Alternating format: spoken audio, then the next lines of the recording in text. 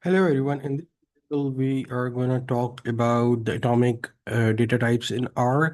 Just as to give you a higher picture, these are the different data types in R, which we will be talking about in different videos that include primarily atomic or primitive data types, then date time, categorical, compound vectors, tabular, dimensional, specialized programming, and object oriented. And currently, I'm only talking about the atomic data types that include logical, integer, double, complex, character, and raw. So let's get started about the first atomic data types, which is logical.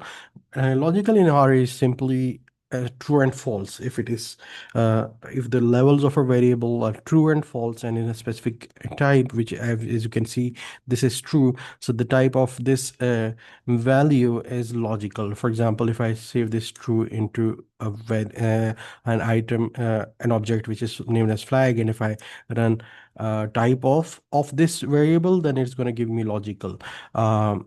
If I check whether that is logical or not with the help of function which is known as dot logical, then it's going to return as true. If it is not logical, it would have returned me as false.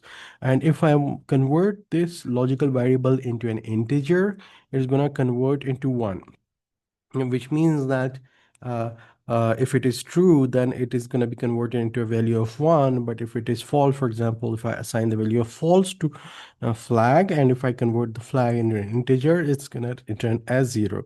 So false is going to return a value of 0, and true is going to return a value of 1.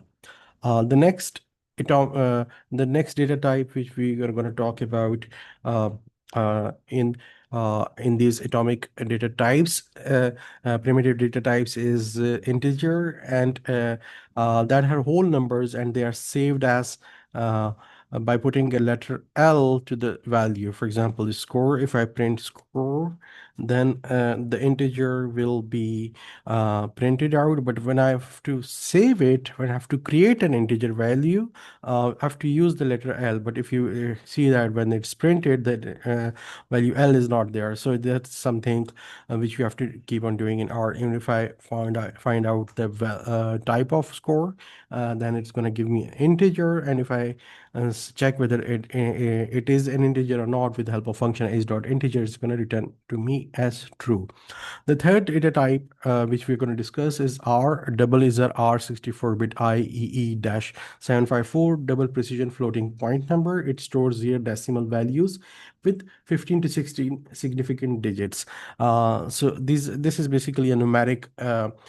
In simple word, you can call it a numeric uh, variable, but in the R's terminology, it's called as doubles. For example, if I save this numerical value, which is the value of pi, into this object, which is pi underscore dbl, and find out the type of it, it's going to return to me as double, which, as I said, that it's same as numeric. Then the next type of variable is the complex variable, complex data type. The next data type is the complex data type, and if I have to save this this number, which is 1 plus 2i, and that's a complex number. If I save it to an object z, and if I get the type of it, then it's returning to me in complex as complex.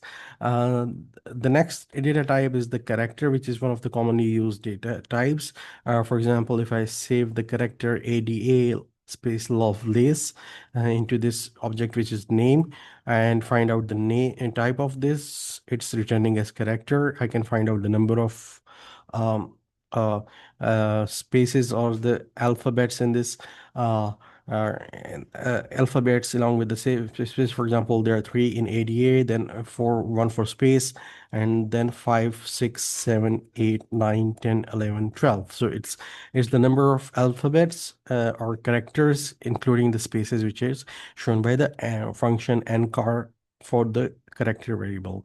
The last data type in this discussion is raw. This is an interesting data type. For example, I can change any character into raw data form. And for example, if I use character char to raw um, function and change the character, the string high to raw, and I save it to R. And when I find out the type of it, it's returning me R raw. And if I print it out, it's printing out some numbers. I can change this back to the character by another function, which is rawToChar. And when I print it out, it's again giving me hi, which was the original character. So this is all about the atomic or primitive data types in R. We're gonna talk to you in the next video. Take care. Till then.